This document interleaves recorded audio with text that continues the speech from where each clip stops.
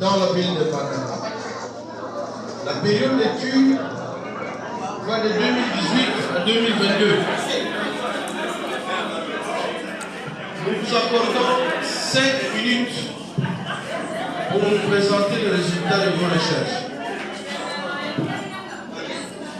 Vous avez la parole. Merci pour la parole. S'il vous plaît, ceux qui sont à la porte, vous faites trop de bruit. Vous avez la parole. Merci pour la parole. Monsieur le Président. Monsieur le Président du G. Monsieur le nom pour le G. Mesdames et messieurs, distingués députés, en petit groupe pour le thème respectif. Camarades étudiants de G. Nous voici au terme de la rédaction de ce travail de fin d'études et pour faire face à nos exigences académiques, nous sommes devant vous présenter et défendre ces mémoires qui nous avons intitulées l'entrepreneuriat et son départ d'ici la réduction de la pauvreté dans la ville de Paris. C'est dans cette optique que nous sommes focalisés sur cette étude, à savoir si l'entrepreneuriat contribue effectivement à lutter contre la pauvreté dans notre pays en général et dans la vie de Banana en particulier. De ce fait, la question fondamentale à laquelle notre étude voudrait répondre peut être formulée comme ça. Est-ce que les activités entrepreneuriales menées par les femmes vendeuses de produits oubliés les permettent-ils de lutter contre la pauvreté? Et de cette question fondamentale peut-être déduire des questions spécifiques. Quels sont les différents types d'activités menées par ces petits entrepreneurs? Quelles sont les motivations qui les poussent à entreprendre? À travers la littérature et pour collecter les informations utiles à notre travail, ainsi que l'enquête auprès des 100 vendeuses de la ville de Banana. Moyennant un questionnaire d'enquête, les données ainsi obtenues ont fait l'objet d'une analyse statistique. Les résultats obtenus nous ont permis de faire le lien entre les différentes variables sous-études.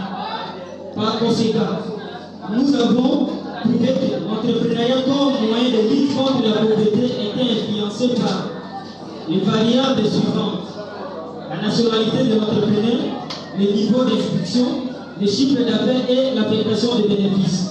Tandis que les autres variables de l'éthique n'avaient pas de lien direct avec l'entrepreneuriat comme moyen de lutte contre la pauvreté.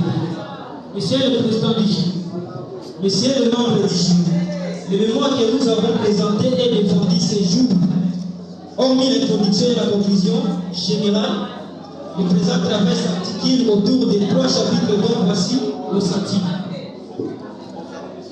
Le premier chapitre porte sur les rubriques de la littérature, là où nous avons défini quelques concepts clés de notre thème. Le second consiste sur le type du milieu. Et enfin, le dernier chapitre se focalise sur l'analyse et présentation des résultats, là où nous avons donné un petit détail sur l'enquête que nous avons menée pour la réalisation de ce travail. Monsieur le Président du jour, Monsieur le membre du jour, très chers camarades ici présents, tel est le sentier du compris de notre recherche et nous l'avons, et nous vous remercions pour l'intérêt que nous avons bien voulu porter à votre travail en acceptant de faire partie de ces jours. Nous vous remercions.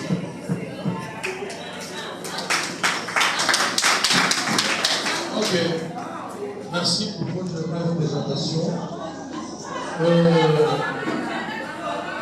Nous passons la parole au premier intervenant. C'est le chef de travaux Tola qui prend la parole pour intervenir. Il n'est pas dans la salle. Nous passons la parole au chef de travaux Kien pour qu'il prenne la parole.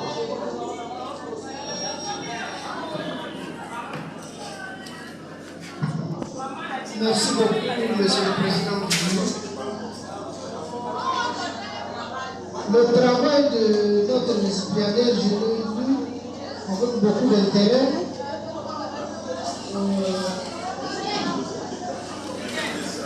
Apparemment, le travail était bien élaboré parce que je vois qu'il a lu au moins 16 ouvrages. C'est le premier depuis que nous avons commencé hier de voir un tel travail. Mais que cela ne tienne, j'ai une petite préoccupation. Monsieur Koutouko, je vois devant moi, il y a un échantillon